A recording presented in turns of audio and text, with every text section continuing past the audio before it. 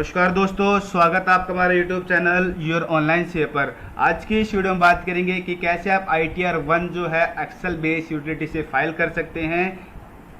उसके लिए क्या करना है आपको, सबसे पहले आप इनकम टैक्स के पोर्टल पे आ जाएंगे। इनकम टैक्स के पोर्टल पे आने के बाद आपको डाउनलोड के सेक्शन में जाना है। यहाँ पे देखिए असेसमेंट ईयर आपका ऑलरेडी सिलेक्ट है 23-24 जिसके लिए हम फाइल कर रहे हैं। यहाँ पे ITR 1 पे आना है और आपको यूटिलिटी यहाँ पे एक्सेल बेस पे आपको क्लिक करना है। किसी का ITR 1 को फाइल करनी है तो ITR 1 पे, अगर किसी को ITR 4 के यहाँ पे फाइल करनी है तो ITR 4 के यहाँ से डाउनलोड कर सकता है। यहाँ पे फिलहाल मैंने दोनों ही डाउनलोड की हुई है। ITR भरते हुए हमें एक चीज़ का हमें खास ध्यान रखना है कि हमारी इनकम किसके अंदर आती है, तो कौन सा फॉर्म हमें सिलेक्ट करना है। ITR 1, 2, 3, 4, 5, 6, 7 7 फॉर्म होते हैं आपके पास। कौन सा फॉर्म में आपको ITR अपनी दिखानी है, भरनी है, तो उसके लिए मैंने अलग से डिटेल वीडियो बनाई हुई। इसका लिंक जो मैं डिस्क्रिप्शन बॉक्स में डाल दूंगा, आप वहाँ से देख सकते हैं। अब बात करते हैं ITR 1 के बारे में। यहाँ पे ITR 1 की जो मैंने यूटिलिटी एक्सेल बेस यहाँ पे डाउनलोड की हुई है, ये देखिए डाउनलोड्स में यहाँ पर मेरे पास आई हुई है, जिप में अंदर आई हुई है। आपके पास जिप में आएगी, इसे राइट क्लिक करके आप इसे एक्सट्रैक्ट कर लीजिएगा। एक्सट्रैक्ट करने के बाद इस तरीके से आपके पास आ जाएगी, इसे ओपन कीजिएगा और एक्सेल वाली यूटिलिटी आपके पास आ चुकी है, इसे डबल क्लिक करके आप इसे ओपन कर लीजिएगा। यहाँ पर एक्सेल बेस यूटिलिटी आ जाएगी। यहाँ पे मैंने देखी डिटेल यहाँ पे पहले से भरी हुई है। आपके पास ये ब्लैंक आएगी, आपको सारी डिटेल भरनी है। आपको ये डिटेल मैनुअली जरूरी नहीं है, मैनुअली आपको भरना है। आप इसे इंपोर्ट भी कर सकते हैं प्रीफिल डाटा, यानी कि जो बेसिक डिटेल आपकी नाम, एड्रेस, पैन नंबर, आधार, ये सारी डिटेल जो है बेसिक डिटेल आपकी प्रीफिल भी हो सकती है। वो कैसे होगी, आपको इनकम टैक्स की साइट पे जाना है, लॉगिन करना है अपना इनकम टैक्स साइट पे। लॉगिन करने के बाद आप जाएंगे ई फाइल के अंदर, इनकम टैक्स रिटर्न के अंदर, आप फिर जाएंगे डाउनलोड प्रीफिल डाटा के अंदर। जैसे आप जाएंगे असेसमेंट आपको सिलेक्ट करना है, 23-24 के लिए फाइल कर रहे हैं तो डाउनलोड पे क्लिक करेंगे। डाउनलोड पे क्लिक करने के बाद आपके पास जेसन फाइल आ जाएगी। उस जेसन फाइल को आपको यहाँ पे इंपोर्ट करा लेना है। यहाँ पे बेसिक डिटेल भरने के बाद आपको जो क्या है, सारी डिटेल्स आपको खुद यहाँ पे फाइल करनी है। बाकी कुछ शेड्यूल्स हैं इनकम डिटेल का, TDS का, TCS का, ये शेड्यूल्स आपको सारे खुद से भरने होंगे यहाँ पर। अब बात करते हैं, सबसे पहले आपका आएगा नेचर ऑफ एम्प्लॉयमेंट का। जो भी आपका नेचर ऑफ एम्प्लॉयमेंट है आप यहाँ पे डाल दीजिएगा। फिलहाल मैंने यहाँ पे अदर डाला हुआ है, स्टेट गवर्नमेंट है, किसी का पब्लिक सेक्टर अंडरटेकिंग है। जो भी नेचर ऑफ एम्प्लॉयमेंट है यहाँ से सिलेक्ट करके यहाँ पे डाल देंगे। उसके बाद आता है आपका are you opting for new tax regime. यहाँ पर मैंने नो किया हुआ नहीं है मेरा, तो उसके बाद ये दूसरा ऑप्शन आपको नो करना है। ये ऑप्शन यहाँ पे मेरे एक्सेल में आ नहीं रहा है, मैंने PDF में यहाँ पे डाउनलोड किया हुआ फॉर्म, वो देख लेते हैं कौन सा ऑप्शन है ये। Are you filing return of income under 17 provision, यहाँ पे सिंपल इसको आपको नो करा देना है। यहाँ पे मैंने नो करा दिया इसको। उसके बाद आपकी डिटेल आ जाएगी, ईमेल एड्रेस आएगा, फ़ोन नंबर आ जाएगा। फाइलिंग अंडर सेक्शन, हम ऑन और बिफोर डेट फाइल कर रहे हैं तो आप इसको, ये सेक्शन मैंने यहाँ पे सेलेक्ट कर लिया है। फिर उसके बाद आपका सिंपल सैलरी डिटेल पूछता है आपकी कितनी सैलरी है। फॉर एग्जाम्पल के लिए मैंने यहाँ पे सैलरी मैंने यहाँ पे 5 लाख पे डाल दी है। यहाँ पर आपको सैलरी डाल देना है। जो आपको पार्ट उस B में आपको 16 में जो डिटेल मिलेगी सैलरी की, उस तरीके से आपको यहाँ पे डिटेल सारी आपको यहाँ पे डाल देनी है।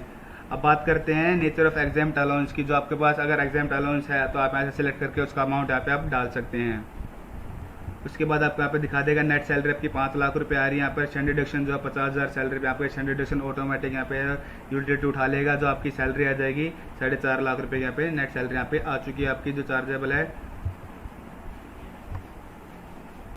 उसके बाद बात करते हैं टाइप ऑफ हाउस प्रॉपर्टी। अगर आपके हाउस प्रॉपर्टी से कोई इनकम है तो आप इसे यहाँ पे इनकम यहाँ पे से सिलेक्ट करके, जैसे लेट आउट करके आपके कोई इनकम है, रेंट पे अपने कोई प्रॉपर्टी दे रखी है, लेट आउट यहाँ पे सिलेक्ट करना है। उसके बाद आपको डिटेल यहाँ पे डाल देनी, कितना आपने ग्रोथ जो है रिसीव किया रेंट पूरे साल के अंदर, आपने कोई लोकल अथॉरिटीज़ को टैक्स पे किया है तो उसकी डिटेल आपको यहाँ पे सेकंड वाले में डाल देनी है। आपको टोटल यहाँ पे जो इनकम आ जाएगी 30% जो आपका ऑटोमेटिक वो घटा लेगा।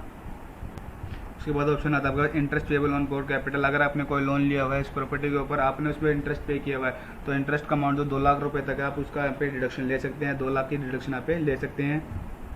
उसके बाद आता है आपका income from other sources. Income from other sources, जो आपकी इनकम है आपको यहाँ पे इनकम डाल देनी है। फॉर एग्जांपल मैंने यहाँ पे ऐसी डाल दिया नेचर ऑफ इनकम। यहाँ पे आपको जो भी इनकम का नेचर यहाँ पे सिलेक्ट करके मैंने इधर डाल के यहाँ पर इंटरेस्ट डाल के ऐसी फॉर एग्जांपल यहाँ पे मैंने 6 रुपये डाल दिया। आपको सारी डिटेल कहाँ पे मिलेगी, आप अपनी AIS और सर्विसेज फॉर्म से चेक कर सकते हैं। AIS और सर्विसेज कैसे चेक करेंगे, आप इनकम टैक्स पे जाना है, इनकम टैक्स रिटर्न्स, फिर यहाँ से व्यू सर्विसेज पे आप क्लिक करेंगे, आपका 26 से ओपन हो जाएगा। और AIS चेक करने के लिए आप सर्विसेज में जाएंगे। उसके बाद आप जाएंगे एनुअल इन्फॉर्मेशन स्टेटमेंट पे आप क्लिक करेंगे।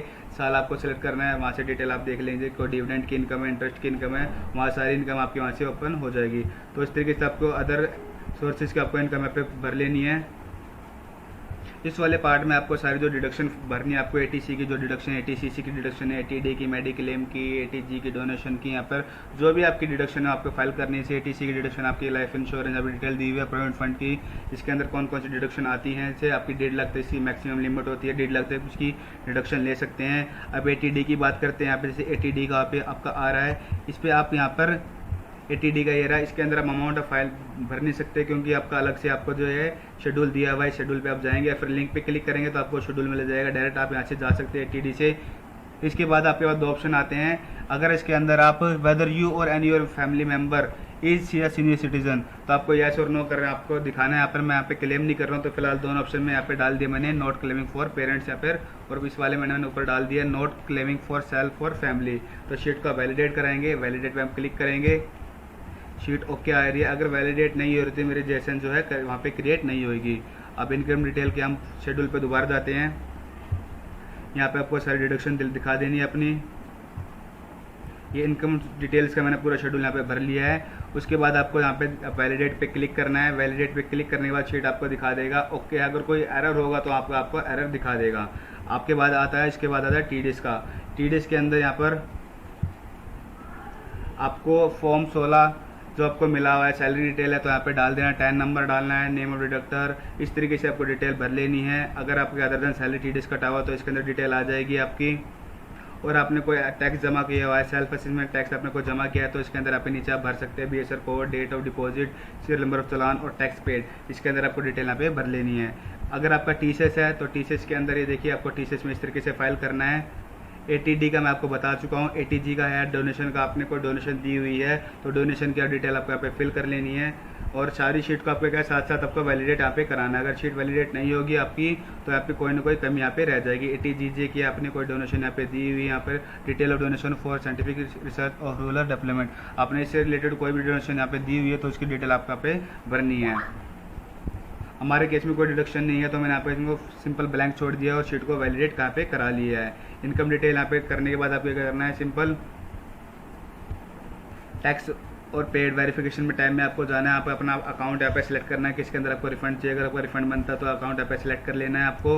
यहाँ पे वेरिफिकेशन में आपको जाना है, अपना नाम, अपने पापा का नाम, इस तरीके से यहाँ पे प्लेस अपना डाल देना है। पैन नंबर आपको ऑलरेडी आ चुका है, डेट आ जाएगी, जिस डेट का फाइल करें यहाँ पे डेट यहाँ पे आ जाएगी।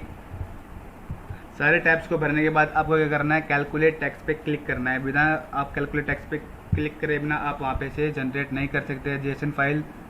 ये देखिए कैलकुलेट टैक्स हमारा हो चुका है। आप नीचे चेक करेंगे इस तरीके से आपका टैक्स जो है कैलकुलेट हो चुका है।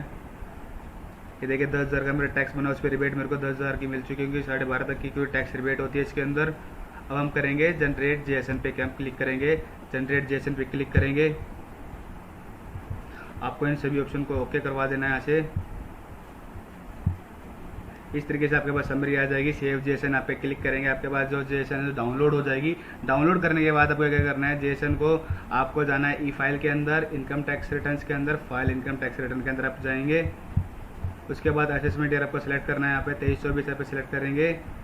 यहाँ पे से आप नो करेंगे ऑप्शन को। ओरिजिनल रिटर्न आपकी आपका ऐसे नो करना है। आपको सिलेक्ट करना कौन से फॉर्म आपका आईटीआर 1 है तो आप यहाँ पे से कंटिन्यू करेंगे। यहाँ से आप अटैच कर देंगे जो आपने जेसन अभी डाउनलोड की है आपसे एक्सेल से, उसे अटैच करने के बाद आप इसे करेंगे परस्यूट टू वेरिफिकेशन। आप इसे आधार से वेरीफाई कर सकते हो ओटीपी से। तो इस तरीके से जो अपनी यहाँ पर ऑफलाइन यूटिलिटी से एक्सेल बेस यूटिलिटी से आईटीआर 1 जो अपनी फाइल कर सकते हैं। आईटीआर वर्क भरते वक्त हमें एक चीज़ का ध्यान रखना है, अभी आईटीआर भरने की जल्दबाजी नहीं करनी है। ऐसा क्यों करना है मैं आपको बता रहा हूँ, क्योंकि जो टीडीएस का पोर्शन है, टीडीएस जो अभी जो लास्ट डेट है टीडीएस की फाइल करने की जो 31 मई की है, जिसने आपकी टीडीएस रिटर्न फाइल नहीं की, जिसका आपका टीडीएस आना है वो टीडीएस आपका पोर्टल अभी शो नहीं होगा, तो आपका जो है मिसमैच आ जाएगा इनकम के अंदर। आप भूल सकते हो, कोई इनकम है वो डालनी भूल सकते हैं आईटीआर फॉर्म के अंदर। तो कोशिश करें आपको जो है 31 मई के बाद ही अपनी जो है आईटीआर फाइल करें। और बाकी डिटेल मैंने बताई हुई है वीडियो के अंदर क्यों आपको फाइल करनी है और आईटीआर के लिए आपको कौन सा फॉर्म आपके लिए सूटेबल है, ये सारी वीडियो मैंने इनके लिए अलग से बनाई है। उसका लिंक मैं जो है डिस्क्रिप्शन बॉक्स में डाल दूंगा, आप वहाँ जाके चेक कर सकते हैं। तो फ्रेंड्स आज की वीडियो बस इतना ही। अगर इस वीडियो से रिलेटेड आपको कोई भी क्वेश्चन तो हमें कमेंट डाउन कर सकते हैं। और ये वीडियो आपको अच्छी लगे तो प्लीज़ वीडियो को लाइक करें और चैनल को सब्सक्राइब करें। Thank you.